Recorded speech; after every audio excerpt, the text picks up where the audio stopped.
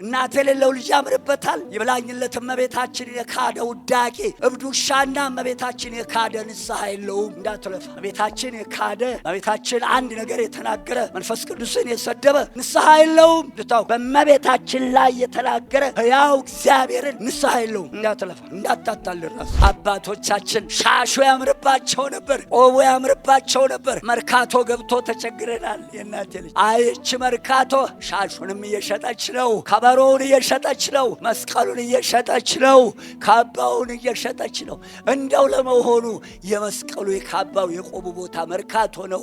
ምነው ባለቤት አጣ ንብረቷችን ቤተ ክርስቲያን? አረ የሰው ያለህ፣ አረ የእግዚአብሔር ያለህ። ምነው የእግዚአብሔር ንብረት ገበያ ገባ? ምን ሊያተርፉ ነው? ቆብ ተሽጦ ትርፍ፣ ሻሽ ሽጦ ትርፍ፣ ካባ ሽጦ ከበሮ ሽጦ መስቀል ሽጦ ትርፍ። ምነው ባለቤት የላትም ይህች ቤተ ክርስቲያን? ንብረቷ መርካቶ ነው መሸጥ ያለበት። መንኳሾቹም እኮ ቆቡ እዛው ገዳም ነበር ይሰፋ የነበረው ሲጸለይበት ከርሞ። አባቶቻችን ሻሹ አምሮባቸው ቆቡ አምሮባቸው መንግሥተ ሰማያትን ወርሷል። አባቴ ተክለ ሃይማኖት ትዝ ይልሃል? ከ24ቱ ሰማያት የተቀየጠው ድንግልናውን አጽንቶ በቆብህ በድንግልና ያገኘው ክብር ከ24ቱ ካህናተ ሰማይ ጋር ያጥራል። ዛሬ አባቴ ተክለ ሃይማኖት ያ ንጹሕ ቆብ ልቦ የመነኮሰ ልቦ የቀሰሱ አባቶቻችን መንግሥቱን ወርሰዋል። መንጋውን ጠብቀው። እናቴ ልጅ ብላኝላቸው ሹመትን ሽጠዋት ከሆነ ብላኝላቸው ሸርሽረዋት ከሆነ አቤት ጉድ! ባልተፈጠሩ ባልተወለዱ በተሻላቸው ሐዋርያትን በከንቱ ተቀበላችሁ፣ በከንቱ ስጡ። አሁንም እየሾመ ያለው ወርቅ ብር ተቀብሎ አይደለም። ትወደኛለህ፣ ቀድሞም እኔ ነኝ፣ አሁንም እኔ ነኝ። ትወደኛለህ፣ ራሴን አስመስሌ ፈጥሬሃለሁ። ትወደኛለህ፣ የሞትኩለትን ሕዝብ የምትወደኝ ከሆነ ሙትልህ። ዛሬ ጉባኤ የሚጀመረው ምሽት ነው። እናቶች የሉም፣ አይናቸው ፈዟል። አባቶች የሉም፣ አይናቸው ፈዟል። ደክመው የሰሩት ቤተ ክርስቲያን ምሽት ጉባኤ አይከታተሉም። ወጣም ወረደ በዓል ከገጠመ ወይም ያችሁ እሑድ ጠዋት ናት። አያስጠይቁም፣ በጎቹ አያስጠይቅም። የሽማግሌው ነፍስ ያሮጊቱ ነፍስ ብላኝላችሁ የጨለማ ጉባኤ የምታካሂዱ ሰዎች ዋዜማ ካልሆነ በስተቀር ከ12 ተኩል በኋላ ብትቆይ የራስህ ኃላፊነት።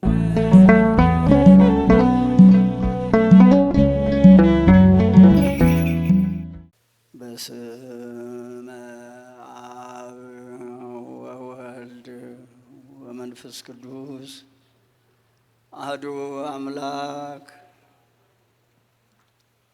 ለልዑል እግዚአብሔር ክብር ምስጋና ይሁን። የልዑል ባለሟሎች ውድ አባቶቻችን፣ ንጹሐን ካህናት፣ የእግዚአብሔር አገልጋዮች፣ በመንፈስ ቅዱስ መርጦ በቸርነቱ የሾማችሁ እጅግ የምንወዳችሁ አባቶቻችን እንደየማዕረጋችሁ በበረከታችሁ ይባርከን። እግዚአብሔር በረጅም ዕድሜ ያከበራችሁ፣ በሽበት ያከበራችሁ፣ በዕድሜ ያበለጸጋችሁ እናቶችና አባቶች፣ ወንድሞችና እህቶች፣ የነገው ተተኪ ሕፃናት ምስጋና ይግባው ለስም አጠራሩ በጌታችን በመድኃኒታችን በኢየሱስ ክርስቶስ ስም ሰላም እላችኋለሁ። እንደምን አደራችሁ? እንደምን ሰነበታችሁ? በቸርነቱ የጠበቀን ይህችን ዕድሜ ያደለን ዛሬዋ ዕለት ያደረሰን ከማናውቀው አደጋ የሰወረን የዕለት ጉርስ የዕለት ልብስ ያልነፈገን ማደሪያ ያልነሳን የሰው እጅ ያላሳየን ስሙን የምናውቅበት አእምሮ የሰጠን ድንግል እመቤታችንን ፍቅሯን በልቦናችን ስሟን በአንደበታችን ያጸናልን ጌታ ክብር ምስጋና ይድረሰው። ምንቆይባትን ጊዜ እንዲባርክልን አንደበቴን የተከናወነ እንዲያደርገው ለመሰማማቱ እንዲያበቃን አስተምሮ በአእምሮ እንዲመልሰን እናንተን ውድ ወገኖቼን በተለይም ቅድስት ድንግል እመቤታችንን ይዤ ከሁሉ አስቀድሜ አንደበቴን ለሥላሴ አደራ እሰጣለሁ። ልመናዬን የሰማኝ ጌታ ክብርና ምስጋና ይድረሰው። ውድ ወገኖቼ፣ የእናቴ ልጅ በገጣባ አህያ የተጫነ ማር አይጣልም። ማሩን ወደ ጓዳ አህያዋን ወደ ሜዳ ይላሉ አባቶቻችን። ለማንኛውም ስለኛ የሞተ ሕያው ደሙን ስጋውን የሰጠን የኛ ጌታ ለዚህ ሕዝብ የሚያስፈልገውን የሚያውቀው እሱ ብቻ ነው። እናት ነች ለልጇ ይህ ያደምቀዋል ብላ ታለብሳለች፣ ይህ ይሞቀዋል፣ ይህ ያወዛዋል ብላ ትቀባዋለች። ለማንኛውም የሚበጃችሁን የሚያውቀው እሱ ነው። እናንተን ይዤ አንደበቴን ለሥላሴ ሰጥቻለሁ። እኔ ብናገር አልጠቅማችሁም። እግዚአብሔር ያስተምረን ሁላችንን። የአባቶቻችን አምላክ ከሁላችን ጋር ይሁን። አይነ ልቦናችንን ያብራው። የጀመረውን ይፈጽመዋል፣ ያስፈጽመን። የእናቴ ልጅ መክፈቻዬ መዝሙር 106 ቁጥር 16 እና 17። ይህ ሳምንት እርገት ነው። ለማታው ጉባኤ ትቸለታለሁ። ወደ አዘዘኝ ነው የሚሄደው። ይሄንን የምንቆይበትን አባቶቻችን አልተናገሩትም ማለት አይደለም። እንዴት እንዳመጣኝ አብረን እንማረዋለን። ርዕሱን ከዳዊት በኋላ እሰጣችኋለሁ። ዳዊት እናቱ ሁብሊ ኢትዮጵያዊ ናት። ተወለደችበት ዘርን አይመለከትም። የሀገር ስም የዘር መጠሪያ አይሆንም።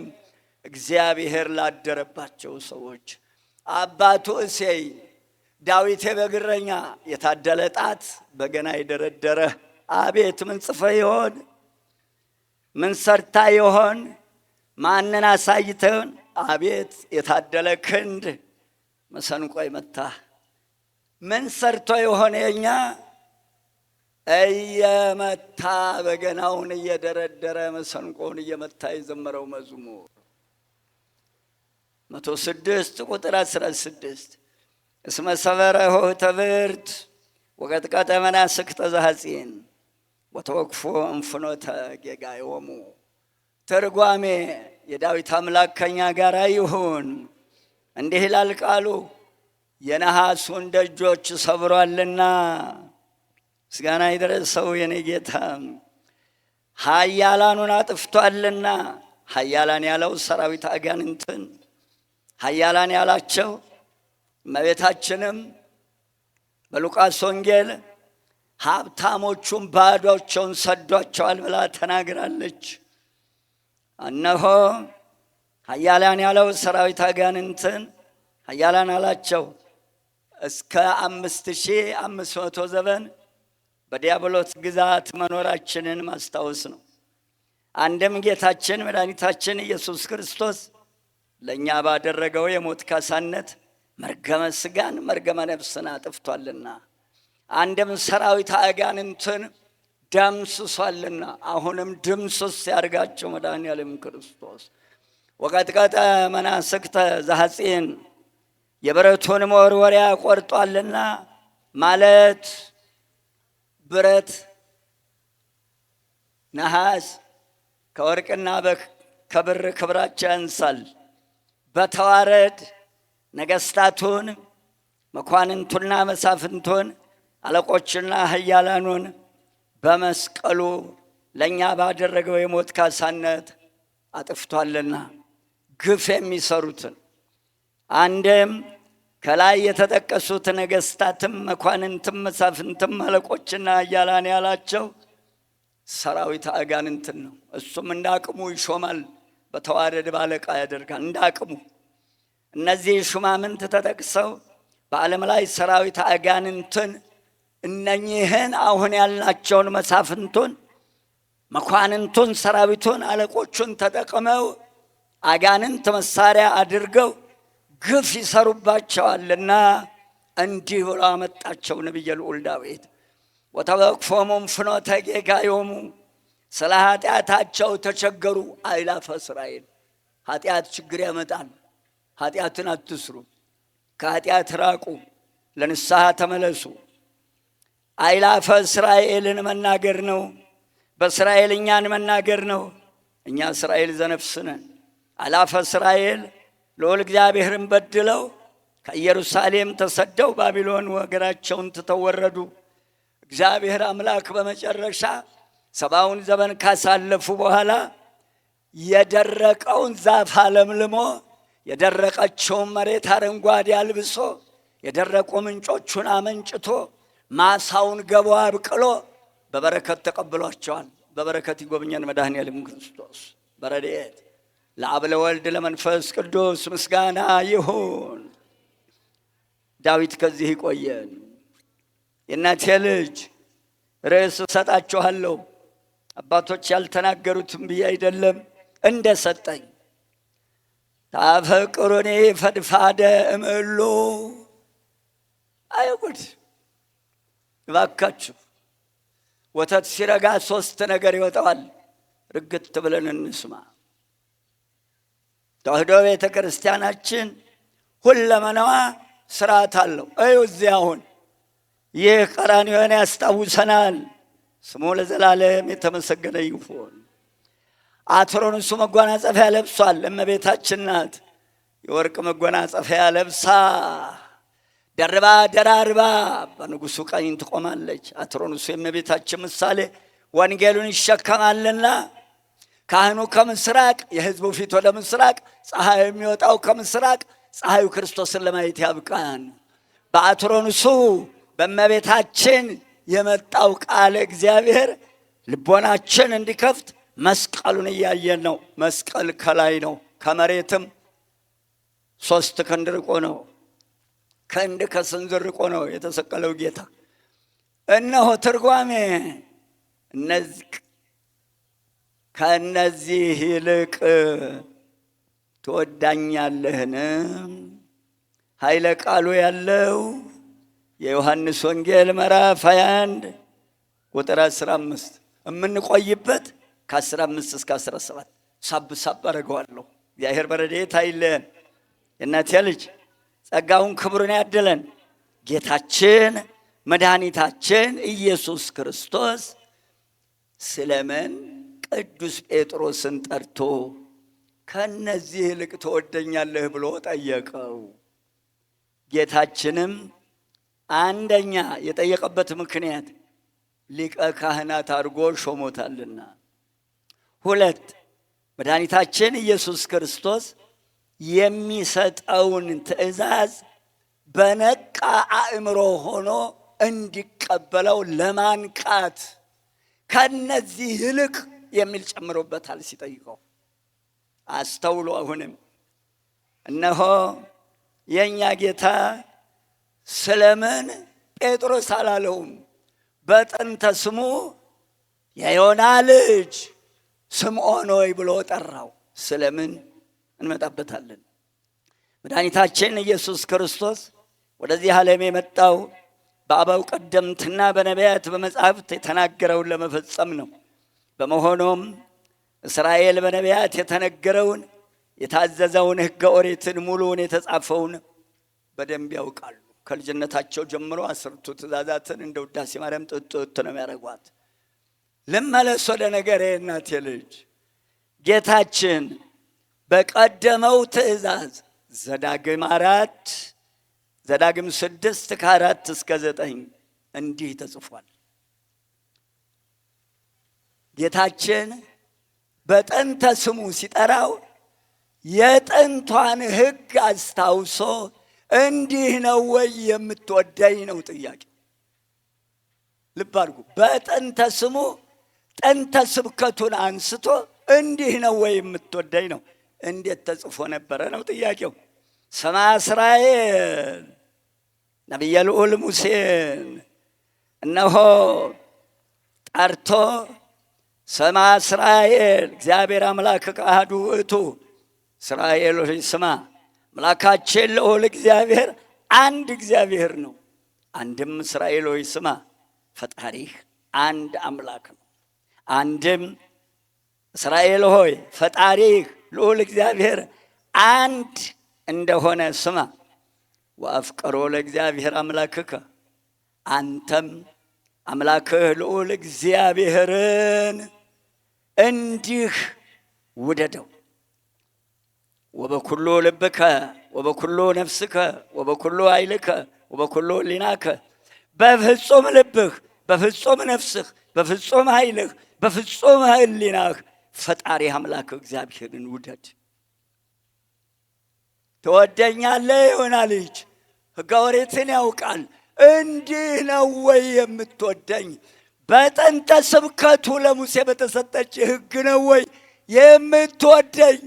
የሚገርመኝ የእናቴ ልጅ እንዲህ አምላክህን ውደድ በፍጹም ልብህ በፍጹም ኃይልህ በፍጹም ሰውነትህ ብሎ ሲጠይቀው እግዚአብሔር አምላክ እንዲህ ትወደኛለህ ካለ እኛንም እንዲህ መውደድን ልብ ይለዋል። እንዲህ ነው የምትወደው?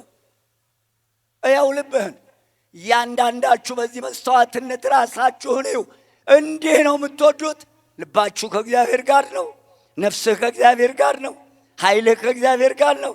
ሕሊናህ በጥንተ ስብከቱ በጥንተ ስሙ የጠራበት ምክንያት አንተን በጥንተ ስምህም የፈጠርኩህ እኔ ነኝ። በጥንተ ስብከት ለሙሴ የሰጠኋትን ሕግ የመሰረትኳት ያስተማርኳት እኮ እኔ ነኝ። ያኔም እኔ ነኝ፣ አሁንም እኔ ነኝ። ውደደኝ ሲለው ነው እንወደዋለን። ወይሃሉ ውስተ ልብ ወውስተ ነፍስከ ዝንቱ ኩሉ ነገር ዘአነ እነግረከ ዮም። ሙሴን ነው እንዲህ አለው፣ እነሆ ዛሬ አንተን የማዘውን ይህንን ቃል በልብህ ያዝ እንድታስተውል። ሙሴ ለሙሴ ይህንን ብየዋለሁ፣ አንተም አሁን የምነግርህን ያዝ። እነሆ አሁን የምነግርህን ይህንን የሚያዝህን ነገር ሁሉ በሰውነትህ በልቦናህ ጸንቶ ይኑር። ልዑል እግዚአብሔር ለእስራኤላውያን መሪ ለሙሴ እንዲህ አድርግ ብሎ ልጆቹንም ሕዝቡንም እንዲያስተምር ነግሮታል።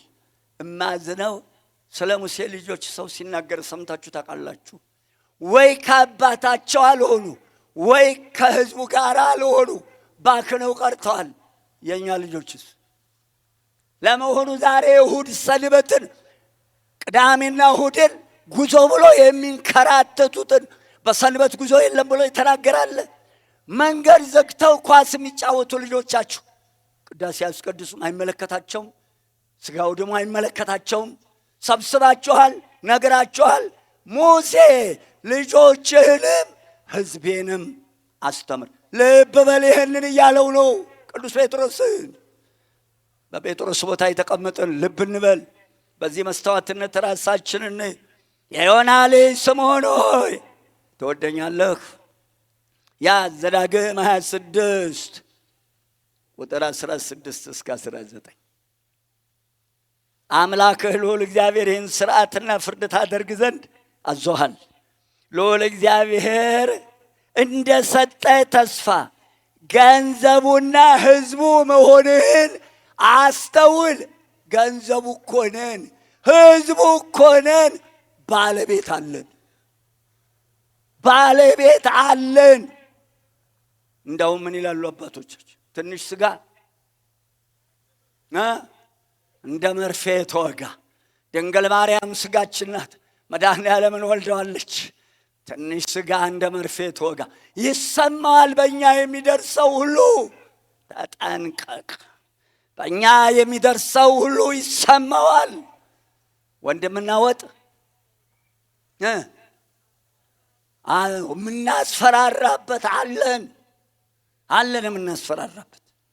ያዜ እናቴ ልጅ ገንዘቡና ሕዝቡ መሆንህን አስበህ ትእዛዜን ጠብቅ። ለአምላክህ ለልዑል እግዚአብሔር የተቀደሰ ሕዝብ ትሆን ዘንድ በትእዛዜ ኑር። በትእዛዙ በቃሉ የማይኖር የተቀደሰ ሕዝብ መሆን አይችልም። እስራኤል አላቸው ከአሕዛብ ለይቶ ከሕጉ የወጡትን አሕዛብ ብሎ ለያቸው። እግዚአብሔር አምላክ ለየ። እስራኤል ዘነፍስ ነን እኛ፣ ሥጋው የተቆረሰልን ደሞ የፈሰሰልን። ዘዳግም 30 ከ6 እስከ 9 ከላይ የተጠቀሱት ምዕራፎች በማስተዋል አንብቡ። ወደ ሐዲስ ኪዳኑ እመጣለሁ። ልሩጥ ብዬ ነው እናቴ ልጅ። ማቴዎስ 22 ከ30 እስከ 40 አንድ ሕግ አዋቂ ተምሮ ተሞቷል። ጌታን ሊጠይቅ መጣ። እኔ እናንተስ በዚህ መስተዋትነት ቀርቦልሃል። መስተዋት እንግዲህ ይኸው የጥርስህን እድፍ የልብስህን ጉድፍ ይኸው እንግዲህ። የእናቴ ልጅ መጣና ጌታችንን ለመሆኑ ከሕግ ማናቸይቱ ሕግ ትበልጣለች ብሎ ጠየቀው። የእኛ ጌታ መለኮታዊ ኃይሉን ስልጣኑን በሥጋ ማርያም በትሕትና ሸፍኖ መጥቷልና በትሕትና ሆኖ እንዲህ ብሎ መለሰለት።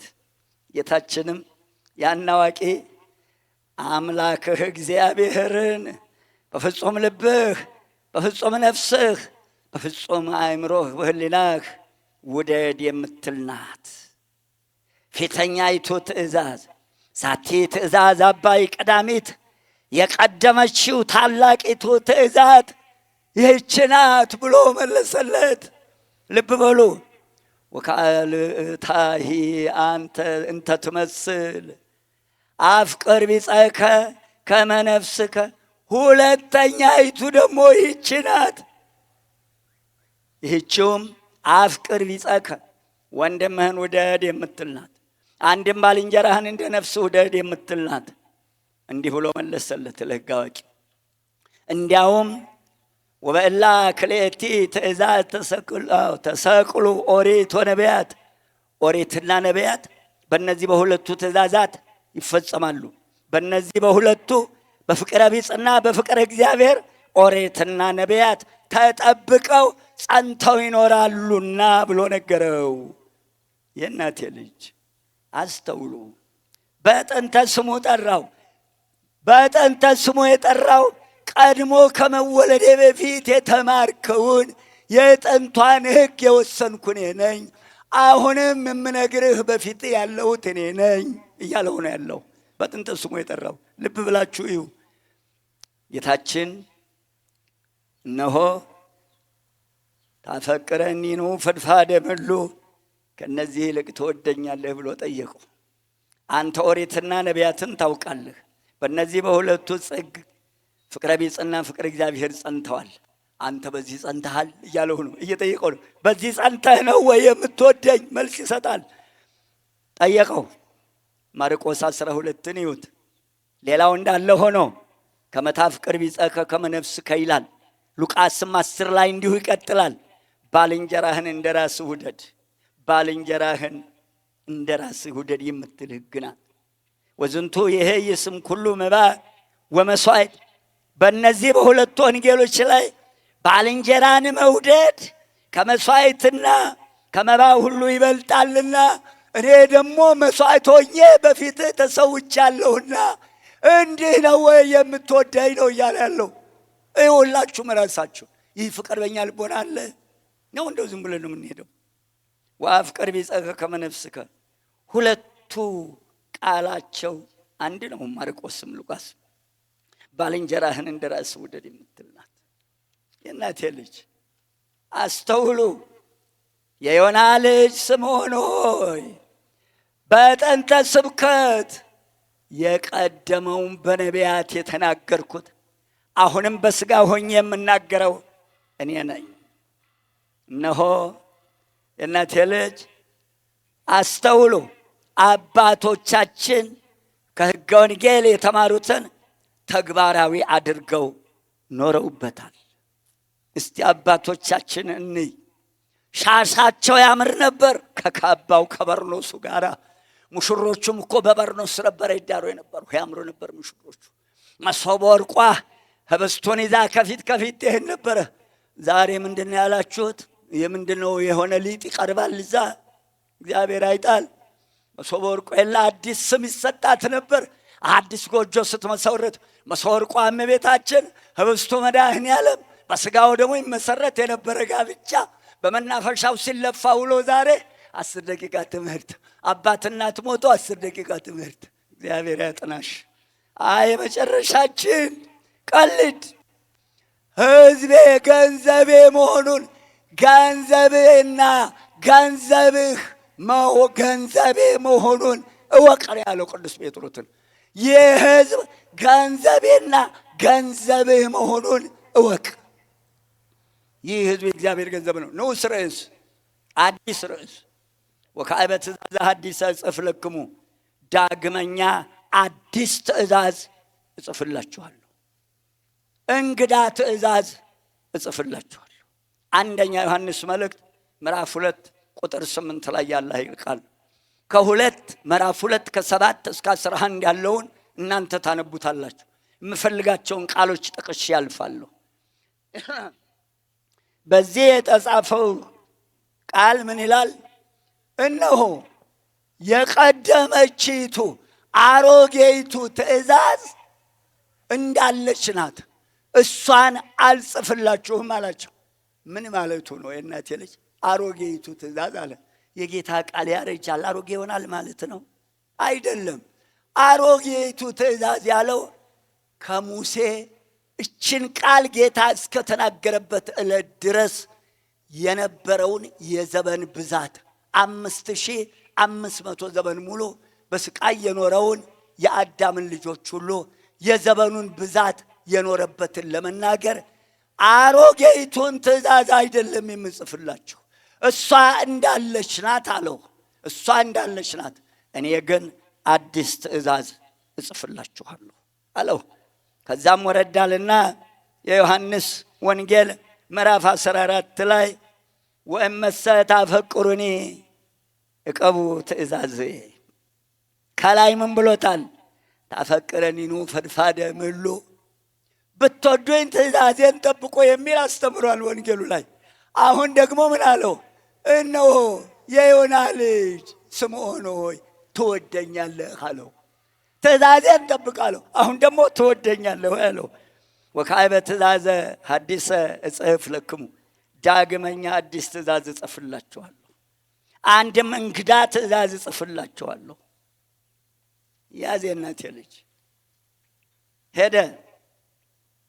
እናንተም እላይ መልሰዋለሁ፣ ይህ ነገር በእርሱ ዘንድ እውነተኛ ነውና እውነተኛ ቃሉን እውነተኛ ትእዛዙን በሰጠኋችሁ መንገድ ጸንታችሁ ኑሩበት። እመሰ ሀለፈ ጽልመት፣ ጨለማው አልፏልና የድንቁርናው ዘመን አልፏልና፣ ወብርሃን ዘበአማን ወደ አስተርአየ፣ እውነተኛው ብርሃን አሁን ይበራል። ይኸውም እነሆ ወንጌል ፈጽሞ ተሰጥቷልና ዘመኑ የብርሃን ዘመን ነውና። አንደኛ ዮሐንስ መልእክት ምዕራፍ 2 ቁጥር 9 ወዘሰ ይብል ውስተ ብርሃን አሎኩ፣ በብርሃን አለሁ የሚል ማለት በእውቀት በወንጌል እኖራለሁ የሚል ወይ ጸልይ ቢጾ ወንድሙን የሚጠላ ሐሳዊ ውእቱ ሐሰተኛ ነው፣ እውነት በውስጡ የለችም። እስካሁን በጨለማ ይኖራል። ገና እስከ ዛሬ በጨለማ ነውና በድንቁርና በኦሪት ይኖራል። ኩሉ ዘይጸልይ ቢጾ ቀታሌ ነፍስ ውእቱ፣ ወንድሙን የማይወድ በሞት ይኖራል። ወንድሙን የሚጠላ ነፍሰ ገዳይ ነው። ተጣልታችሁ ያልታረቃችሁ ሰዎች፣ በወገን ቂም የያዛችሁ ሰዎች ይሄ ሲነበብ ምን ይሰማችኋል? ወንድሙን የማይወደው በሞት ይኖራል አለ፣ በሕይወት የለም። የሚጠላው ጭራሽ ነፍሰ ገዳይ ነው አለ። ወንድሙን የሚጠላ ሰው ከገደለ እኩል ነው። በነፍስ ማለትም ከሞት በኋላ ባለው ሕይወት የዘላለም ድህነት የለውም። ወንድሙን የማይወድ ወንድሙን የገደለ አንቀጸ ንስሐ አባቶቼ እናንተ ነው፣ አልቦቱ ንስሐ ነው የሚለው። በማህፀንም ያለው ጽንስ ማስወረዱ ነፍስ ነው፣ ይጠየቃል፣ ያስጠይቃል። ልብ በሉ። ወንድሙን የገደለ በዘላለም በሚገኘው ሕይወት ያው ድህነት የለውም ይላል ማቴዎስ 5 ከ21 እስከ 22። ወንድሙን ጨርቃም፣ ልብ አድርጉ፣ ወንድሙን በአደባባይ ጨርቃም ብሎ የተሰደበ ተፈጥሮን ሳይነካ ጨርቃም ብሎ ቢሰድበው፣ በሌላ በማያምር ስድብ ቢሰድበው በአደባባይ ይፈረድበታል አለ። በተፈጥሮው ግን እውር ቢሆን አንተ እውር ቢለው፣ ሽባ ቢሆን አንተ ሽባ ቢለው፣ ደንቆሮ ቢሆን አንተ ደንቆሮ ቢለው የዘላለም ፍርድ ገሃነም ይጠብቀዋል። ወንድሙን እንዲህ ብሎ የሰደበ የጠላውንም ልብ አድርጉ ምን ያህል እንዳወዳደረ። እባካችሁ ትእዛዙን እንጠብቅ፣ ፍቅር ይኖረን። የሚያየውን ወንድሙን ያልወደደ የማያየውን እግዚአብሔርን ወዳለሁ እንዴት ይላል? እነሆ ይህ ሐሰተኛ ነው፣ በጨለማ ይኖራል፣ በሚሠራው ሥራ ሁሉ እንቅፋት ይገጥመዋል። ጨለማው ዓይኑን አሳውሮታልና አእምሮን ደፍኖታልና። በዚህ ምክንያት የጥላቻው ብዛት አእምሮን ስላሳወረው በፊቱ ያለውን አያይምና ወድቆ ይቀራል። ትርፋት ልስራ ቢል አይሳካለትም፣ በጎ ነገር ቢል አይቃናለትም። ስለዚህ ያ ጨለማ ዓይኑን አሳውሮታልና ያ የወንድምን ጥላቻ አእምሯችን ስላሳወረው ጭካኔያችን ከሰይጣን የከፋ ሆኗል። የምንሰማው ሁሉ ጆሮ ይጠልዛል። እግዚአብሔር ያጥናሽ። ልብ በሉ፣ በዚህ በዮሐንስ መልእክት ላይ ወንድሙን የማይወድ ወንድሙን የሚጠላ እኛ ወንድሞቻችን የምንወድ ስለሆነ ከሞት ወደ ሕይወት ተሸጋግረናል። ደጋግሞ ወንድም እያለ ጠቅሶታል። አንደኛ ፈጣሪያችን እግዚአብሔር አንድ ስለሆነ ሚልክያስ 2:10። ሁለተኛ ከአዳምና ከሔዋን ከአንድ አባት ከአንድ ሃይማኖት ከአንድ ማህፀን ከአንድ ቋንቋ ስለተገኘን። ሶስተኛ በሶስትነቱ በአብ በወልድ በመንፈስ ቅዱስ ተጠምቀን ከአንድ ማህፀን ስለምንወጣ የአንድ ማህፀን ልጆች ስለሆን ወንድሞች እያለ ጠቅሶታል። እንዲህ ነው የምንዋደደው። የአንድ አባት ልጆች ነን። ታምናላችሁ? ይሄ ሁሉ ጥላቻ ከምን መጣ? ከአእምሯችን መታወር የተነሳ። ወዘሳ ያፈቅር ቢጾ ውስተ ብርሃን፣ ወንድሙን የሚወድ በብርሃን ይኖራል። ብርሃን እግዚአብሔር ከእርሱ ጋር ነውና የጀመረው ሁሉ ይቃናለታል። እባካችሁ የጀመርነው ዳር እንዲወጣ፣ የጀመርነው መሰረቱ እንዲጸና እርስ በርስ እንዋደድ፣ ትእዛዛቱን እንጠብቅ። የአባቶቻችን አምላክ በረድኤት አይለየን። ቅድም በነገርኳችሁ ንዑስ ርዕስ ላይ እነሆ አዲስ ትእዛዝን እሰጣችኋለሁ። ይህቺ አዲስ ትእዛዝ ምንድን ናት? ወከአበ ትእዛዝ አዲስ እጽፍ ለክሙ ወውእቱ እሙን ብክሙ። ዳግመኛ አዲስ ትእዛዝን እጽፍላችኋለሁ፣ ይህም ትእዛዝ በእናንተ ጸንቶ ለዘላለም እንዲኖር ጻፍኩላችሁ።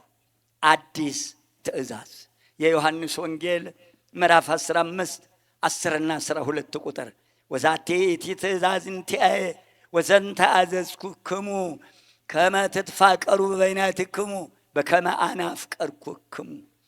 እኔ እንደወደድኳችሁ እርስ በርሳችሁ ትዋደዱ ዘንድ ይህን ቃል ትጠብቃላችሁ። ትእዛዜ ይህች ናት። አስተምሮታል ጌታ ቅዱስ ጴጥሮስን። ትእዛዜ ይህች ናት። አሁንም እስከ ዛሬ ድረስ ይችን እስከምነግርህ ድረስ አንደኛ ሕገ ኦሪቷን፣ አሁን ደግሞ እስከዚህ ድረስ በሐዲሱም አስተምሬህ ቀናት አልፈዋል። ታስታውሳለህ ያስተማርኩህን? እኔ እንደወደድኳችሁ እናንተም እርስ በርሳችሁ ትዋደዱ ዘንድ። ይህቺ ትእዛዝ አዲስ ትእዛዝ ናት። አሮጌይቱ ትእዛዝ ባልንጀራህን እንደ ነፍስህ አድርገህ ውደድ የምትል ናት። ውደድ የምትል ናት። ልብ አድርጎ አዲስ ትእዛዝ እጽፍላችኋለሁ። አዲሱ ትእዛዝ እንዲህ የሚል ነው፣ እኔ እንደ ሞትኩላችሁ አንዱ ለአንዱ ይሙትለት። በጥንተ ስብከቱ በነቢያት ውደደው ነው ባልንጀራህን። በሐዲስ ስብከቱ ደግሞ ምን አለው? እኔ እንደ ሞትኩ ሙቱላቸው። እኔን አብነት አድርጋችሁ እኔ እንደ ሞትኩላችሁ እስከ ሞት ድረስ ተዋደዱ። አዲስ ትእዛዝ እጽፍላችኋለሁ። እንግዲህ ራሳችሁን መዝኑ። ሚዛን ላይ ነው ያለነው። እንዲህ ነው የምንዋደደው፣ እንዲህ ነው የምንወደው። እግዚአብሔር ይሁነን። አባቶቻችን እኮ ተጠቅመውበታል። ይህንን አዲስ ትእዛዝ ሰጠኋችሁ፣ ይህን አዲስ ትእዛዝ ጻፍኩላችሁ። አስተውሉ። በጥንተ ስብከት ማለት አሮጌቱ ትእዛዝ ባልንጀራህን እንደ ነፍስህ ውደድ የምትል ናት። እኔ ግን ይህን ሰጠኋችሁ፣ እንደሞትኩ ሙቱላቸው። ጌታችንም ቅዱስ ጴጥሮስን በተደጋጋሚ ትወደኛለህ ያለው እስከ ሞት የወደድኩትን አንተም እስከ ሞት ተወደው ዘንድ ይሄንን ሕዝቤን አደራ ልሰጥህ ነው እያለ ነው። እየሾመው ነው ያለው። በሕዝቡ ላይ በመንጋው ላይ እየሾመው ነው ያለው። አልቦ ዘያቢ ወይሄ ይስምዝ ፍቅር ከመቤሲ ዘይሜጡ ነፍሶ ቤዛ ቢጹ። ነፍሱን ስለ ወዳጆቹ ከማኖር ይልቅ ከዚህ የሚበልጥ ፍቅር ለማንም የለውም። ሰውነቱን ለባልንጀራው ቤዛ አድርጎ እስከ መስጠት ድረስ የሚወድ ከዚህ በላይ ምንም የለም። እስከዚህ ድረስ እኔ እንደሞትኩ ሙቱላችሁ ብዬ አዲስ ትእዛዝ እጽፍላችኋለሁ። ከዚያ በኋላ መድኃኒታችን ኢየሱስ ክርስቶስ ጴጥሮስ ትወደኛለህ? ከላይ በተማርነው ምሳ ከበሉ በኋላ ይሄ ጥያቄ መጥቶበታል። ታፈቅረኒ ነው ፈድፋደ ምሉ አይዞ ሊጨርሰው ነው የእናቴ ልጅ። ከነዚህ ይልቅ ትወደኛለህ? አጠገቡ ካሉት ከነኚህ ይልቅ ትወደኛለህ? በቀደመው በኦሪቱ ለሙሴ ሕጉን የሰጠሁት እኔ ነኝ። ጥንትም እኔ ነኝ፣ አሁንም የማዝህ እኔ ነኝ እያለው ነው። የጥንቱም የባህሪ አምላክ ትእዛዝ ነው። አሁንም የባህሪ አምላክ እኔ ላዝህ ነው፣ ልሾምህ ነው። ያን ጊዜ ሙሴን ሾምኩ፣ አሁን በሕዝቤ ላይ አንተን ልሾምህ ነው እያለው ነው። እኔ እናንተ ተሾመናል። ምን እየሰራን ያለ ነው? አባቶቻችን በበጎቹ አልቀቡን። አባቶቻችን ሻሹ ያምርባቸው ነበር፣ ቆቡ ያምርባቸው ነበር። መርካቶ ገብቶ ተቸግረናል። የእናቴ ልጅ አይች መርካቶ ሻሹንም እየሸጠች ነው፣ ከበሮውን እየሸጠች ነው፣ መስቀሉን እየሸጠች ነው፣ ካባውን እየሸጠች ነው። እንደው ለመሆኑ የመስቀሉ የካባው የቆቡ ቦታ መርካቶ ነው? ምነው ባለቤት አጣ ንብረቷች ቤተ ክርስቲያን? አረ የሰው ያለህ፣ አረ የእግዚአብሔር ያለህ። ምነው የእግዚአብሔር ንብረት ገበያ ገባ? ምን ሊያተርፉ ነው? ቆብ ተሽጦ ትርፍ፣ ሻሽ ሽጦ ትርፍ፣ ካባ ሽጦ ከበሮ ሽጦ መስቀል ሽጦ ትርፍ። ምን ነው ባለቤት የላትም ይህች ቤተ ክርስቲያን? ንብረቷ መርካቶ ነው መሸጥ ያለበት። መንኳሾቹም እኮ ቆቡ እዛው ገዳም ነበር ይሰፋ የነበረው ሲጸለይበት ከርሞ። አባቶቻችን ሻሹ አምሮባቸው ቆቡ አምሮባቸው መንግሥተ ሰማያትን ወርሷል። አባቴ ተክለ ሃይማኖት ትዝ ይልሃል? ከ24ቱ ሰማያት የተቀየጠው ድንግልናውን አጽንቶ በቆብህ በድንግልና ያገኘው ክብር ከ24ቱ ካህናተ ሰማይ ጋር ያጥራል። ዛሬ አባቴ ተክለ ሃይማኖት ያ ንጹሕ ቆብ ልቦ የመነኮሰ ልቦ የቀሰሱ አባቶቻችን መንግሥቱን ወርሰዋል። መንጋውን ጠብቀው አስተውሉ። እንዲህ ነው የምንወደው እስከ ሞት ድረስ። እኔ እንደ ሞትኩለት አንዱ ለአንዱ ይሙትለት። የጥንቱን ሕግ አምላክህን በፍጹም ልብህ ውደደው ብዬ ትእዛዙን የሰጠሁት ነው እኔ ነኝ። መውደዱን በምን እንገልጸዋለን? ራሱን አስመስሎ ንግበር ሰብአ በአርአያነ ወበአምሳሊነ መልኩን ሰጥቶ አእምሮ ፈጥሮ እናቴ ልጅ ብርሃንን ናይ ዘንድ ብርሃን ፈጥሮ ዓይንን ሰርቶ እሱን ራሱን አስመስሎ ከመውደዱ ብዛት የተነሳ መላእክት እኮ እሱን አይተው አልጠገቡትም ነበረ። በበረት ካዩት በኋላ የእኛን ሥጋ ለብሶ ነው ያዩት። ራሱን አስመስሎ እኮ የፈጠረን እንዲህ አድርገህ ውደደኝ ያለው አምላክ እንዲህ ነው የምወድህ እያለ ነው። እንዲህ የሚወደውን ሕዝብ እንዲህ ነው ወይ የምንወደው? የስምንተኛው ሺህ ሹማምንቶች እኔ የማዝነው ቆቡም ሻሹም መርካቶ ካባውም ከበሮውም እንደገባ የእናቴ ልጅ ሹመቱም መርካቶ ገብቶ ይሆን? እናቴ ልጅ ይብላኝላቸው ሹመትን ሽጠዋት ከሆነ ይብላኝላቸው ቸርችረዋት ከሆነ አቤት ጉድ! ባልተፈጠሩ ባልተወለዱ በተሻላቸው። ሐዋርያትን በከንቱ ተቀበላችሁ፣ በከንቱ ስጡ። አሁንም እየሾመ ያለው ወርቅ ብር ተቀብሎ አይደለም። ትወደኛለህ፣ ቀድሞም እኔ ነኝ፣ አሁንም እኔ ነኝ። ትወደኛለህ፣ ራሴን አስመስሌ ፈጥሬሃለሁ። ትወደኛለህ፣ የሞትኩለትን ሕዝብ የምትወደኝ ከሆነ ሙትለት። ግደለው አላለም፣ ሙትለት። የሞትኩለትን ሕዝብ ደሜን ያፈሰስኩለትን ደምህን አፍስለት፣ የተሰቀልኩለትን ተሰቀልለት አለው። ያው ተሰቅሎ አልፏል። እኛ መቼ ነው ትእዛዙን የምንፈጽመው? ያዜና ትልጅ ከዚህ በኋላ አስተውሉ። አይጉድ! ቅዱስ ጴጥሮስም ትወደኛለህ ብሎ ለጠየቀው ጥያቄ እወ እግዚኦ ለሊከ ተአምር ከመ አነ አፈቅረከ። ቅዱስ ጴጥሮስ አቤቱ እንደወድህ አንተ ታውቃለህ። ልብና ኩላሊትን የሚመረምር ጌታ እኮ ነው። እንደወድህ አንተ ታውቃለህ። አስተውሉ። አይጉድ! አንተ ታውቃለህ። ያሁኑ ፍቅር ልብ አድርጉ። ያሁኑ ፍቅር ሙትለት ነው። ያሁኑ ፍቅር የቀድሞው ውደደው ነው። አሁን ደግሞ ሙትለት ነው ብሎ ያስተማረው አስተምሯል። ሙትለት ብሎ አሁን ትወደኛለህ ስለው ልትሞትልኝ ነው ወይ ነው የምትወደኛለህ እየጠየቀ ያለው። ሰምለበስ ነው ጥያቄው። ልብ አድርጉ። ሞትለት ብሎታል። ልትሞትለት ነው ወይ ትወደኛለህ ያልከኝ ያለው እየጠየቀው ነው። መልስ ስጡ ሁላችሁ። ወይቤሎ ጊዜ ኢየሱስ ራእይ ከአባግየ መድኃኒታችን ኢየሱስ ክርስቶስ በጎቼን ጠብቅ። በጎቹ ባለቤት አላቸው። በጎቹን ከአውሬ የሚጠብቅ፣ ከነጣቂዎች የሚጠብቅ፣ ከግፈኞች ክንድ የሚጠብቅ ባለቤት አላቸው በጎቹ። በባለቤቱ ንብረት ማንም ሊቀልድ ንጉሠ ነገሥት ነው። መዓቱን ቢያመጣው መመከቻ የለው፣ ምሕረቱን ቢያመጣው ወደር የለው። ተዉ ተዉ፣ በጎቹ ባለቤት አላቸው። አይ ጉድ! ወይቤሎ ጊዜ ኢየሱስ ራእይ ከአባጌ በጎቼን ጠብቅ። ለጊዜው 10ሩን ሐዋርያት ነው። ለምን 10 ሆኑ? ማን ነው የሚነግረኝ? 10ሩን ሐዋርያት ለጊዜው ጠብቅ ሲለው ነው። እሱ ሊቀ ካህናት ነው። በስሩ ያሉትን ጠብቅ ነው።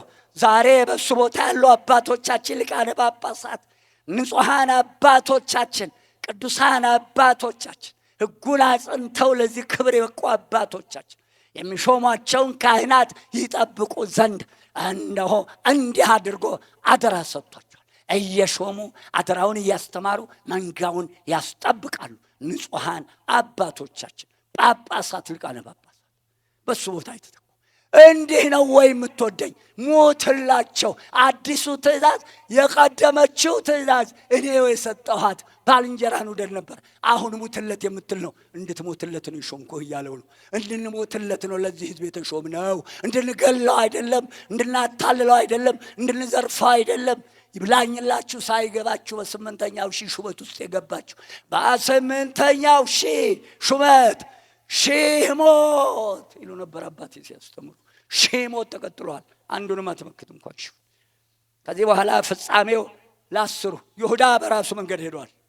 ቅዱስ ጴጥሮስን አልቆጠረውም፣ ሹም ነውና 10ሩ ከበታችሁ ናቸው ለጊዜው። ለኋላው ግን በጎቼን ያለው እናቶችን አባቶችን አልጠበቅንም።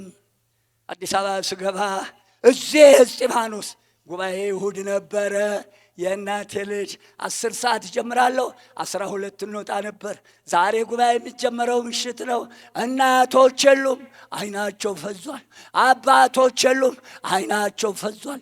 ደክመው የሰሩት ቤተ ክርስቲያን ምሽት ጉባኤ አይከታተሉም። ወጣም ወረደ በዓል ከገጠመ ወይም ያችሁ እሑድ ጠዋት ናት። አያስጠይቁም በጎቹ አያስጠይቅም። የሽማግሌው ነፍስ ያሮጊቱ ነፍስ ይብላኝላችሁ። የጨለማ ጉባኤ የምታካሂዱ ሰዎች ዋዜማ ካልሆነ በስተቀር ከ12 ተኩል በኋላ ብትቆይ የራስህ ኃላፊነት።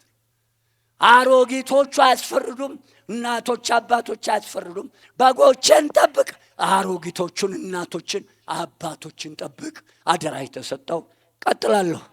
ቀጥሎ ዮሐንስ 21:16 ወካዕበ ዳግመ ይቤሎ ስምዖን ወልደ ዮና።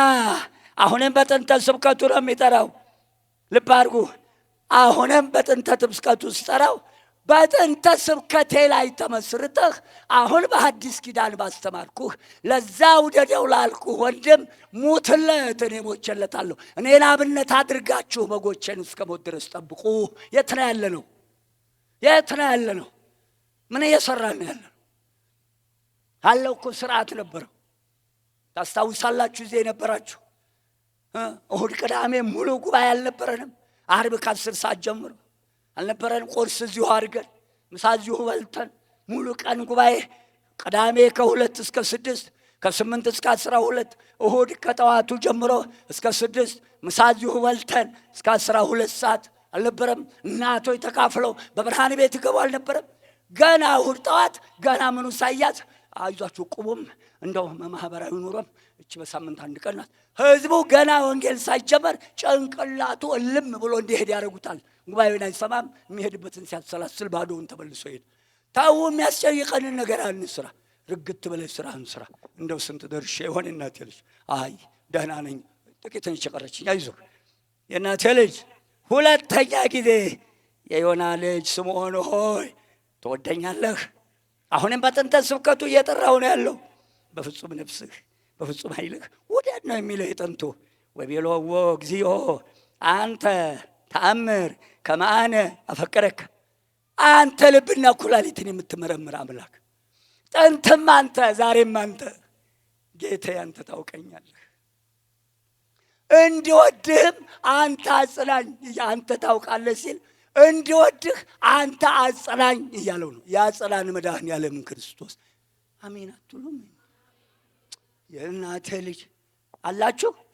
እስቲ እጃችሁ ላይ የኔ ጌታ እጁን ያነሳ። አትመልሱት፣ አትመልስ። የኔ ጌታ አለሁ ብሎ እጁን ያነሳ መንጋህን፣ ጠቦቶችህን፣ ግልገሎችህን አለ ስለው አለሁ ብሏል። አለሁ በልልኛ የኔ መድኃኔዓለም። አለሁ ይበላችሁ መድኃኔዓለም። አለሁ ይበላችሁ የኔ ጌታ። አለሁ ይበልህ የእናቴ ልጅ። አለሁ ይበልህ የኔ መድኃኔዓለም። አለሁ ይበለን የኔ መድኃኔዓለም። እናቴ ልጅ ስለ መንጋው ይገደዋል። ስለ ጠቦቶቹ፣ ስለ በጎቹ፣ ስለ ግልገሎቹ ይገደዋል። ያያል ያያል። ቆናው ዙሩ ሞልቶለታል። ምስጋና ይግባህ የኔ መድኃኔዓለም። መስፈሪያውን ይዞ ይመጣል። ጠብቅ። ወቤሎዎ እግዚኦ አንተ ተአምር ከመአነ አፈቅረከ። አዎ ጌታዬ ሆይ እንደወደህ አንተ ታውቃለህ። ትወደኛለህ በሕገ ኦሪቱ ላይ ተመስርቶ፣ በነቢያት ቃል ተመስርቶ ትወደኛለህ። ባስተማርኩ በአዲስ ኪዳን ተመስርቶ እንዳትረሳት። ሄጃለሁ አይዞህ 5 ደቂቃ ብቆይ ነው። ወይቤሎ ጊዜ ኢየሱስ ራእይከ መሐስየ ጠቦቶችን አለዋ። ለጊዜው የእናቴ ልጅ ጠቦቶችን ያለው 70 አርድእትን ነው። እነኝህን ጠብቃለሁ። ለኋላው ጠቦቶችን ያለው ወጣቱንም ጠብቅ። ድሮ ሻሻቸው ያምር የነበሩ አባቶቼ ቆቡን ቢያደርጉት፣ ካባውን ቢለብሱት፣ መስቀሉን ቢያወጡት ያምሮ የነበሩ አባቶቼ በቃሉ ያጌጡ የብሉይ መምህር፣ የሐዲስ መምህር፣ የአቋቋም መምህር፣ የቅዳሴ መምህር ይባሉ የነበሩ ጌጣቸው ቃሉ የነበሩ አባቶቼ ያምርባቸው የነበሩ የነፍስ ልጆቻቸውን ስሙን ይመዘግባሉ። መዝገብ አላቸው። ሕፃኑን ከነ ክርስትና ስሙ፣ ተከታታይ ሕፃናትን በክርስትና ስማቸው፣ አባትናትን በክርስትና ስማቸው መዝግበው ሞት ቢመጣ ወደ ሌላ ሀገር ቢሄዱ ከነ መዝገቡ ለሚወዱት ባልንጀራቸው ከቻልክ ራስ ጠቅለው ካልቻልክ አከፋፍል ለወንድሞች ብለው ተናዘው ነበር የሚሄዱት። የመጀመሪያ ኑዛዜያቸው የነፍስ ልጆቻቸውን አደራ መስጠት ነበር። የኔ ጌታ ሊያርግ ነው፣ አደራ እየሰጠን ነው፣ የትም ጥሎን አልሄደም። ከኋላም ትዝ ይላችሁ እንደሆነ ዮሐንስ 14 ነው ልበል፣ የእናቴ ልጅ አባቶች እርዱኝ፣ እናት እንደሌላቸው ልጆች አልተዋችሁም አላለም ብሎ የለም ወይ? እናት የሌለው ልጅ ያምርበታል። ይብላኝለት እመቤታችን የካደ ውዳቂ እብድ ውሻና እመቤታችን የካደ ንስሐ የለውም። እንዳትለፋ። እመቤታችን የካደ እመቤታችን አንድ ነገር የተናገረ መንፈስ ቅዱስን የሰደበ ንስሐ የለውም። ልታው በእመቤታችን ላይ የተናገረ ሕያው እግዚአብሔርን ንስሐ የለውም። እንዳትለፋ፣ እንዳታታልል ራስ የእናቴ ልጅ አስተውሉ። ኋላ ግን ወጣቱን ብለነዋል። በቃሉ ጸንተህ መላውን ጠቦቶቼን ጠብቅ። ወጣቱን በቃሉ ጸንተህ ጠብቅ።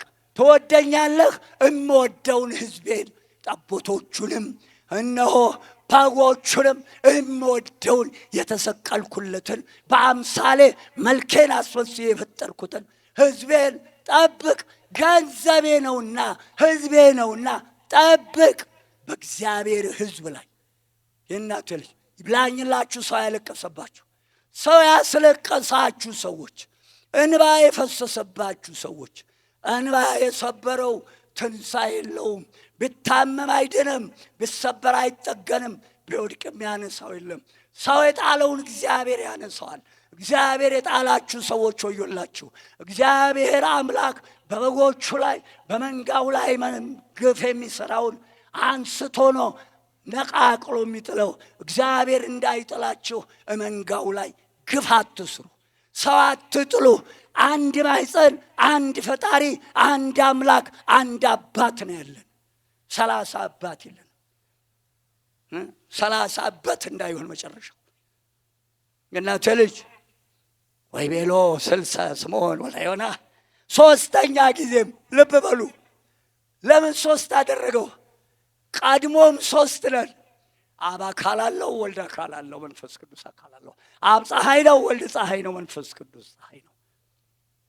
ለሶስቱም ልብ አድርጎ አብ አካል አለው፣ ወልድ አካል አለው፣ መንፈስ ቅዱስ አካል አለው። በአካል 3 በባህሪ 1። የአካሉ 3ነት ባህሪውን አይከፍለውም። የአካሉ የባህሪው አንድነት አካሉን አይጠቀልለው። ቀድሞም በ3ነቴ አሁንም በ3ነቴ በመሰረቷት ሕግ ጸንተህ ኑር። የቀደመችው ትእዛዝ ውደድ ነበር። አሁን የምሰጥህ ትእዛዝ ለበጎቼ፣ ለግልገሎቼ፣ ለጠቦቶቼ ሙትለት። ይሄ ነው የተሾምነው። እንዲህ ነው ያለነው። እየሞትልለት ነው። ከዚያ 3ኛ ሲጠይቀው የዮና ልጅ ስምዖን ሆይ ሲለው ከላይ የተማርነው በነቢያት ያናገረውን ስብከት መሰረት አድርጎ በተማርከው ባወቅከው ባስተማርኩት ቃል በኦሪቱም በአሁኑም በዚህ አይነት ነው የምትወደኝ አለው። በ3ኛ ጊዜ ሲጠይቀው ወተከዘ ጴጥሮስ እስመ ይቤሎ 60 ታፈቅረኒኑ። ጌታችንም ለ3ኛ ጊዜ ስለጠየቀው ቅዱስ ጴጥሮስ ፍጹም ተከዘ፣ አዘነ። ይኸውም ጌታችን በተያዘበት በዚያች ሌሊት በመከራ ጊዜ የማይለይ ነው ወዳጅ። 3 ጊዜ የካደው ትዝ ብሎት ሐዘኑ ውስጡን ነካው። አሁንም ይክደኛል ብሎኝ ሆኖ ያለው የእኛ ጌታ ግን ፍቅሩን እየለካው ነው አሁንም ያለው። ምን አለ? እነሆ የቀደመውን ክህደቱን በማስታወስ የበለጠ ተሰበረ። እባካችሁ የቀደመውን በደላችንን ትቶ ታመን ከሆነ የዳን ጎለብን ከሆነ የሞላልን ያን የቀደመውን በደሌን ትተህ ለዚህ አበቃኸኝ ብላችሁ አስቡት። ቀድሞ ክጄህ ነበረ፣ አምጥተህ ደግሞ ለዚህ ለሹመት አጽንተኸኛል። ጌታዬ ሆይ ቀድሞ እኮ አልክድህም ብዬ በራሴ ባልመካ ኖሮ አልክድህም ነበር። አሁን ግን አንተ በቀደመውም ትእዛዝህ በአሁኑም ትእዛዝህ አንተ ታጸናኛለህ ብሎ ነው ያዘነው። እሱ ያጽናን መድኃኔዓለም። እንደ ቅዱስ ጴጥሮስ የቀደመውን ክህደቱን ትቶለት መሳሪያውን አደን ሲሄድ አዳኙ መሳሪያውን ወረድ አድርጎ ቀርሻ ጭስ ጨሶበት እንደሆነ ሞራ አንጥቶ ወልውሎ በበርኖስ ፈግፍጎ አሳምሮ ወልውሎ ሊያድንበት ይሄዳል። ያን ከሃዲ በፍቅሩ ወልውሎ በደሙ አንጽቶ በመንጋው ላይ ሊሾም ከፊቱ አቁሞ ጥያቄ ጠየቀው። አሁን ቢጠይቀን መልሳለን። እኛ እንደ ጴጥሮስ ነው የምንወደው። እናቴ ልጅ ከዚህ በኋላ አቤቱ ጌታዬ ሆይ እንደወድህስ አንተ ታውቃለህ፣ እንደወድህም አንተ ታጸናኛለህ አለው። ራሱን ሰጠ አሁን ለጌታ። እንደወድህም ታውቃለህ፣ እንዲህ እንደምትፈልገው እንደወድህ የምታደርገኝ አንተ ነህ ብሎ ስልጣኑን ለራሱ ሰጠ። ክብር ይግባው የኔ ጌታ። ወይቤሎ ራእይኬ አባግዕቴ በሦስተኛው ጾታ ለይቶ ቅዱሳት አንስትን ጠብቅ አለው። ነገር ግን ጾታ የማይለ ሕፃን ከተባለ ሕፃን ነው፣ ጾታ አይለይም። አባግዕቴ ሴቶቹን 36 ቅዱሳት አንስትን ጠብቅ አለው። አንድም ግልገሎችን ጠብቅ ሲለው ግልገሎች ለጊዜው 36 ቅዱሳት አንስት ሀተታ ልጨርሰው ነው። ጌታችን መድኃኒታችን ኢየሱስ ክርስቶስ ቅዱስ ቄርሎስን ስም በቀደመ ስሙ በተደጋጋሚ ጠርቶ ስምዖን የቀደመ ስሙ፣ አዲሱ ስሙ ጴጥሮስ። ጴጥሮስ ማለት መርግ ናዳ ማለት ነው። ናዳ በቆላ አካባቢ ያደጋችሁ፣ ተራራማ ስፍራ ያደጋችሁ፣ በተለይም ክረምት ሲመጣ መሬት ውሃ ሲበዛበት ሸተት ብሎ ናዳው ወርዶ እዛ ታችኛው መሬት ሲያርፍ ወይ መሬቱን ያሰምጠዋል፣ ቤት ካለ አመድ ያደርገዋል፣ ከብትም ካለ ፍጭት ነው የሚያደርገው። ናዳነ አለው ቅዱስ ጴጥሮስ። ጴጥሮስ ማለት አለት ናዳ ማለት ነው። አሁን ልብ አድርጉ፣ አስተውሉ። የእኛ ጌታ በአዲሱ ስሙ ሊጠራው ነው እንግዲህ ናዳ ማለት ነው። ናዳ ደግሞ ምንጊዜም ከላይ ነው የሚወርደው። ድንጋዩም ልብ አድርጉ፣ ድንጋዩም ሌላውም ከላይ የሚወርድ ናዳ ይባላል። የበረዶ ናዳ አለ አይጣል፣ የዝናብና የመብረቅ ናዳ አለ ያውጣል። አሜን በሉ። በጣም የሚያስፈራ ነው። ቅዱስ ጴጥሮስን ሹመቱ ከላይ፣ ጥሪው ከላይ፣ የተባረው ከላይ፣ ቃሉ ከላይ፣ የተሾመው በምእመናን ላይ ዛሬ ያሉ አባቶቻችን ንጹሐን ጳጳሳት፣ አባቶቻችን በእነሱ የሾሙ ንጹሐን ካህናት ሹመታቸው ከላይ። ይህን ስናገር መርካቶ ያለ ሹመት ነው ወይስ ከላይ ነው የተሾምነው? ተው የእናቴ ልጅ፣ ተው የእናቴ ልጅ። ወይ አልተማርኩም ብለህ ተማር፣ ወይ ተምሬያለሁ ብለህ አስተምር። ምከረው ምከረው፣ እምቢ ካለህ መከራ ይምከረው፣ መከረው ምከረው። ቢመለስ ይመለስ፣ ባይመለስ አፈር ይልበስ። ምከረው ምከረው፣ ይመለስ በጊዜ። እምቢ ካለ ምከረው ምከረው፣ ይመለስ በጊዜ። ገደል ሊከተው ነው የያዘው አባዜ። እናቴ ልጅ ምከረው ምከረው፣ ቢመለስ ይመለስ፣ ባይመለስ አፈር ይልበስ። አስተውሉ። የእኛ ጌታ ሹመቱ ከላይ፣ ቃሉ ከላይ፣ ራሱ ይህን ቃል የጠየቀው ከላይ። ጴጥሮስ ማለት ናዳ ማለት ነው። ሹመቱ ከላይ የተሰጠው በአሁኑ የጴጥሮስ ሹመት ነው ወይ? በ8ኛው ሺህ ያለው ቆብና ሻሽ መርካቶ ገብተው ከአባቶቻችን ተቀላቅለዋል። እሱ ባወቀ አርዮስን ከ350 ሊቃውንት 18 ሊቃውንት መካከል መቅደስ ገብቶ በአፌ ክጅ አምኜ በልቤ ብክድ ማን ያውቃል ብሎ መሃላቸው ቅዳሴ ገባ።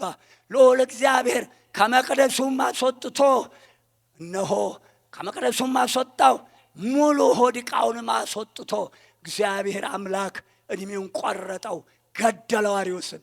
ዛሬም በቆቡና በሻሽ አባቶቼ መካከል እንደ 318ቱ የተደባለቀ ቢኖር በአርዮስ የወረደው መዓት ይውረድበት፣ በአርዮስ የወረደ መዓት ይውረድበት። ደግመዋለሁ፣ በአርዮስ የወረደ መዓት ይውረድበት።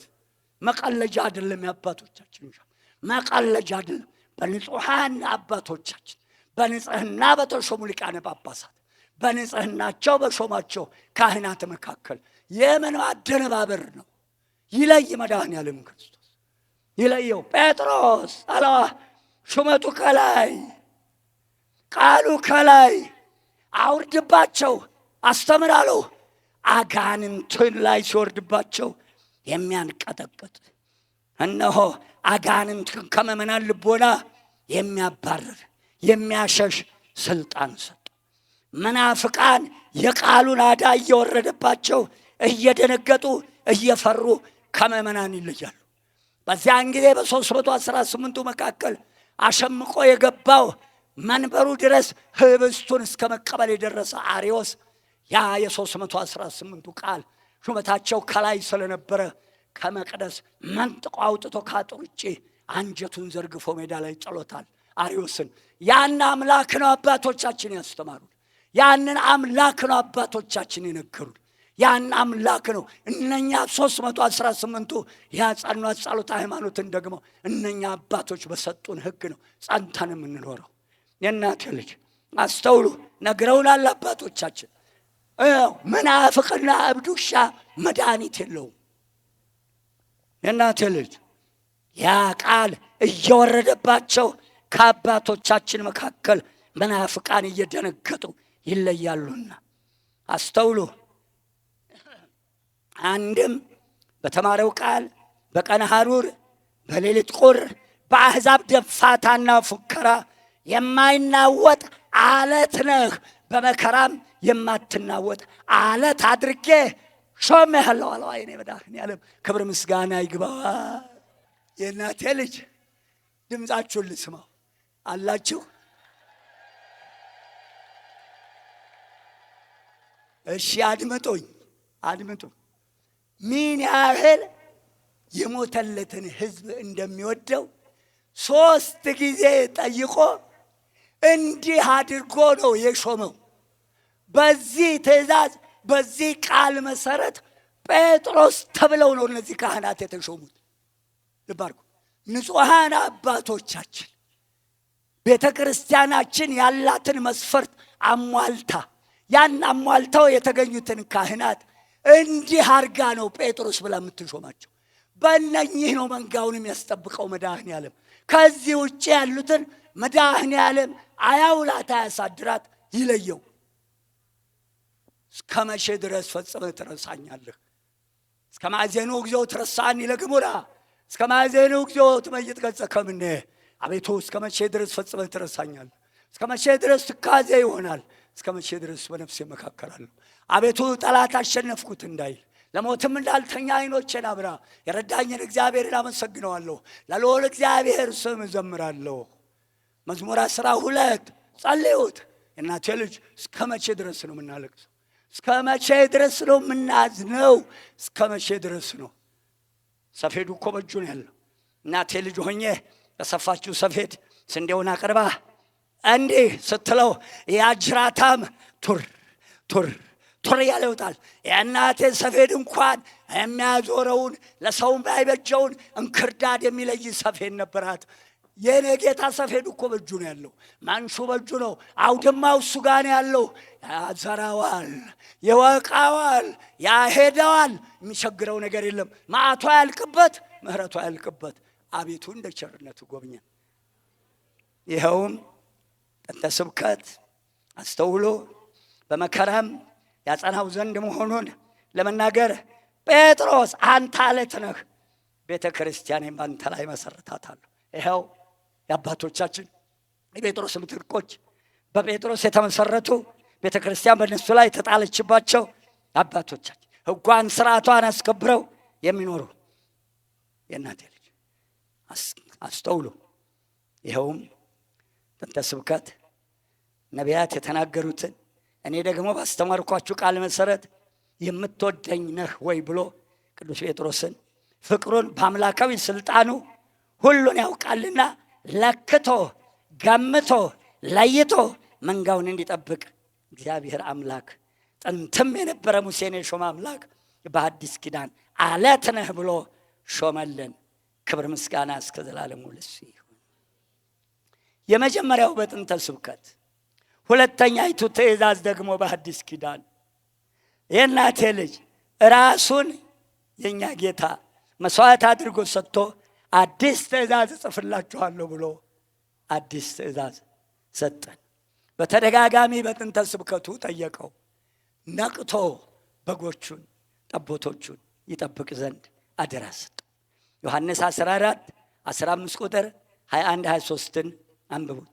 ስለዚህ ጌታችን ከጥንት ስብከቱ ራሱ ያስተማራቸውን ቃል መሰረት አድርጎ በጎቼን ጠቦቶቼን ግልገሎቼን ጠብቅ ብሎ 3 ጊዜ የካደውን ቅዱስ ጴጥሮስን 3 ጊዜ ጠይቆ በሶስትነቴ እኔ ነኝ፣ ከእንግዲህ በሶስትነቴ በሾምኩህ በስልጣንህ በአንተ አድሬ እንዲህ እስክትሆን ድረስ በጎቼን እጠብቃለሁ፣ እኔ ካንተ ጋር ነኝ ብሎ ሾመው። ክብር ምስጋና ይግባው አባቶቼ። እንግዲህ የእናንተ ልጅ ካህናትን ስታስቡ እንዲህ አድርጎ ነው የሾመልን። በቃ እንዲህ አድርጎ ነው የሾመልን። ከዚህ ለወጣ ወዮለት። የእናንተ ልጅ የሾመውም በከንቱ ነው። ብር አልተቀበለም፣ ወርቅ አልተቀበለም። ጭራሽ ስትወጡ ጫማም እንዳትይዙ፣ ወንጌልን ተጫሙ። ትርፍ ነገር አትይዙ፣ ስንቅም አትያዙ። ምግባችሁ እኔ ነኝ። በትር አትያዙ። ይህቺ እምነት እንደ አምባገነኖች በአምባገነኖች በአሸባሪዎች የምትመሰረት እምነት አይደለችም። እውነተኛ እምነት ስለሆነች በትምህርት የምትመሰረት አስተምራችሁ የምታሰፏት ናትና በትር አትያዙ አላችሁ። በጦርነት የምትስፋፋ አይደለችም ይቺ እምነት፣ በማስተማር ብቻ። ይሄን ሰጠኋችሁ ሲል በጎቼን ሲል ህዝቡን፣ አባቶች እናቶችን፣ ጠቦቶችን ወጣቱን ወጣቷን፣ ግልገሎችን ህፃናቱን፣ በማህፀን ያሉትንም ከተጸነሰበት ሰዓት ጀምሮ ከሰከንዷ ጀምሮ መላእክት ይመደባሉ። እጃችሁን በዚህ ላይ ያነሳችሁ ወዮላችሁ። ይሄን ትምህርት ያስተማራችሁ፣ ጽንስ አስወርጅ ብላችሁ ያስተማራችሁ፣ መድኃኒት የሸጣችሁ የተባበራችሁ ሁሉ እግዚአብሔር ይሆናችሁ። ከዚህ በኋላ እኔን አብነት አድርጋችሁ ጸንታችሁ ኑሩ። ጌታችን ራሱን መስዋዕት አድርጎ ስለኛ ያለውን ፍቅሩን እስከ ሞት ድረስ አሳይቶናል። ሁሉንም ስጋውንም ደሙንም ሹመቱንም ጸጋውንም ክብሩንም ሁሉ ያለምንም መቆጠብ ያለምንም ክፍያ ሰጥቶናል። አባቶቻችንን ሾሞልናል። በሐዋርያት ምትክ የተተኩ አባቶቻችንን፣ በንጹሐን በጳጳሳት የተሾሙ አባቶቻችንን፣ የዛሬዎቹን የሚያስተምሩንን የእነሱን ተተኪዎች ሁሉ በገባው ቃል ኪዳን ይጠብቅልን። የእናቴ ልጅ ሹመትን ለገዛት፣ ሹመትን ለሸጣት፣ ሹመትን ለለወጣት፣ ሹመትን በጎ ላይ ሰራባት ለተሾመበት ወዮለት። እንደ ይሁዳ ባልተወለደ ባልተፈጠረ አንደበቴን ያከናወነ እዚህ ዕለትና ዕድሜ እኔንም እናንተንም ያደረሰ በተለይም ስቅለቱን፣ ትንሣኤውን፣ እርገቱን ያሳየ ክብር ምስጋና ለሱ ይሁን። አሁንም ልጨርሰው እናቴ ልጅ፣ አሁንም በሰላም ለብርሃነ መስቀሉ እንዲያደርስ። እስቲ እናቶች ጡታችሁን አውጡና ስለ እነዚህ ሕፃናት ራበይ ብሉ ምን አመጣለሁ? እባክህ አንደበት የሌላቸው እንስሳት ደግሞ አሉ። ራበን አይሉ ጠማን አይሉ። ምድሪቱ እኮ ሳር ካላበቀለች ፍጥረት ያልቃል። ስለ እነዚህ ንጹሐን ሕፃናት አንዳች አያውቁምና ክፉ ቢመጣ ሮጠው አያመልጡምና እባክህ ለአባቶቻችን ያስለመድከውን ያንን የመኸሩን እሸት አብላን፣ ዝናመ ምሕረትህን ስጠን። እባክህ ስለ እናትህ ስለ ቅዱሳን አባቶቻችን የአብርሃም አምላክ ነኝ በላቸው አለው እኮ ሙሴን። የአብርሃም የይስሐቅ የያዕቆብ አምላክ ነኝ በለው አለው እኮ ፈርዖንን። የዳዊት አምላክ አንተ የዳዊት ልጅ ሲሉት እኮ እነኛ የታመሙ ሰዎች ቆመላቸው። እባክህ የዳዊት ልጅ፣ እባክህ የዳዊት አምላክ፣ የሙሴ የአብርሃም የይስሐቅ የያዕቆብ አምላክ እባክህ በዛ በበረሃ ያንን መና ያንን ያወረድክላቸው ከአለት ያፈልክላቸው ስለ ወላዲት አምላክ አስራት አገርህን በዝናመ ምሕረት ጎብኛት ብላችሁ ለምኑት። እናንተን ያበዛ ዓይኔን ያጠገበ ዛሬው ዕለት ያደረሰኝ ቸርነቱ የሚያልቅበት መድኃኔ ዓለም ክርስቶስ ለእኔም ለእናንተም ይህችን ቀን የሰጠን ክብር ምስጋና ለእሱ ይሁን።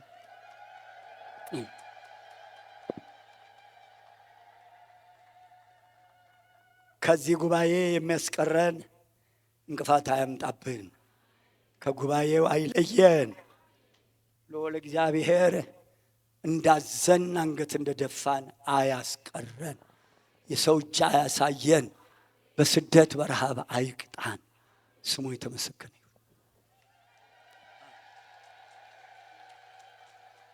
የእናቴ ልጅ ወገኔ፣ አክሊሌ የእናቴ ልጅ ኩራቴ ወገኔ፣ ጥላዬ ወገኔ፣ የእናቴ ልጅ ባረዘምኩ እድሜያችሁ ይርዘም። ለካ ብዙ ሄጃለሁ። በጨመርኩ እድሜ ይጨምርላችሁ። እንዲህ ታግሳችሁ እንደሰማችሁት የማይሳነው አምላክ በቀኙ ቆማችሁ ሄዶ ወደ ዘላለም ረፍትና ሕይወት ለመባል ይህን ቃል ለመስማት ያብቃችሁ።